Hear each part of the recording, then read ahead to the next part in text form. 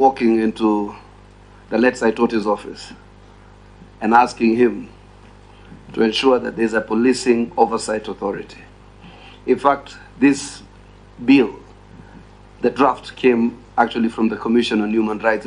I used to do policing oversight within the security sector reforms program, and I realized the scale and magnitude. So my first question to you, Anne, 10 years on, what are the deficiencies? Because definitely there are deficiencies, particularly within the Act. The anchorage in law or in the Constitution is one. We try to find place for Ipoa within Article 59 of the Constitution so that we can create, upload, because it says that through that you can create more than one commission. But I think we were not able to necessarily locate it within the Article 59 commissions. I do agree, but what else do you think needs to be done in terms of legal reforms of the Ipoa Act to upscale it to that extent where it is effective? Two, the president came on the promise that there will be no extrajudicial killings, and I do still believe that that is the position. The justification would only be what is contained in the National Police Act on the use of force as measurable and directly proportional to the loss of the lives of others. So I do hope you will respond to some of those queries by Opio on the basis that response to the realm of the rule of law. I do not think the Kenya Kwanza government is in any way in support of an errant police force, a rogue police, or a regime police. But the second last question, the whole idea of police reforms, and you're supposed to be the police auditor. You're like an audit firm for the police, not only in terms of its accountability, but in terms of tracking its reforms, unless that mandate is not assumed in that act. The whole idea about police reforms was to move us away from a regime police to a democratic policing service. In your assessment, I can see very eminent people here, lawyers, doctors, social scientists. What do you think, how much progress would you say we have made from the advent of the 2010 Constitution to move ourselves away from a regime police to a policing service? And in that event, what more is required in terms of legislative, structural, or policy reforms? And lastly, the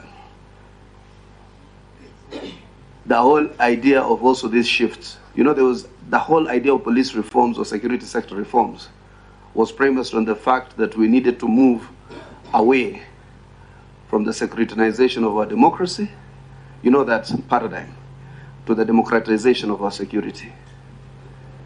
We move away from the securitization of our democracy, kwamba kila kitu ni serikali, matter of national security. In fact, there was a Director General of the INIS who tried to insert a clause to limit the Bill of Rights to national security. We discovered it at some point. So, at that time when we were voting the 2010 Constitution. So, in other words, human rights is not limited in the purview solely of national security. There are limitations that are created by the Constitution itself. So we wanted to move ourselves to the democratization of our security. The democratization of our security means people should be engaged more engaged in participation of our security apparatus. So the question will be, do you think this police service is doing enough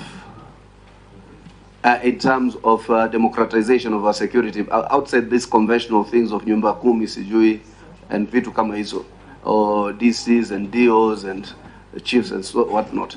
Is there been sufficient shift in terms of the paradigm? But finally to Opio and I think we will really expect an independent report from your team. And you can be very sure that there is no government that is not limited by the rule of law, and there's no government, the Kenya Kwanza government is not keen or is not intent on protecting where rogue police officers have been involved in taking the lives of others in a manner brutal. So therefore, it should not be purported by their sentiments that there is any sanitization on our part. If you do your job, then I'm quite sure actions will be taken. But my last comment, I do not agree with giving you prosecutorial powers. There must be separation of powers. That's why we wanted the police to investigate, the DPP to prosecute. So you must continue to investigate, let another arm prosecute. Quickly, please respond. Okay. Yes. Thank you, Chairman. I'll try to respond to some. I may invite my colleagues to respond to the others. What has Ipoa done within its mandate? Honorable Wandai, Chair, you raised this question, what has Ipoa done within its mandate?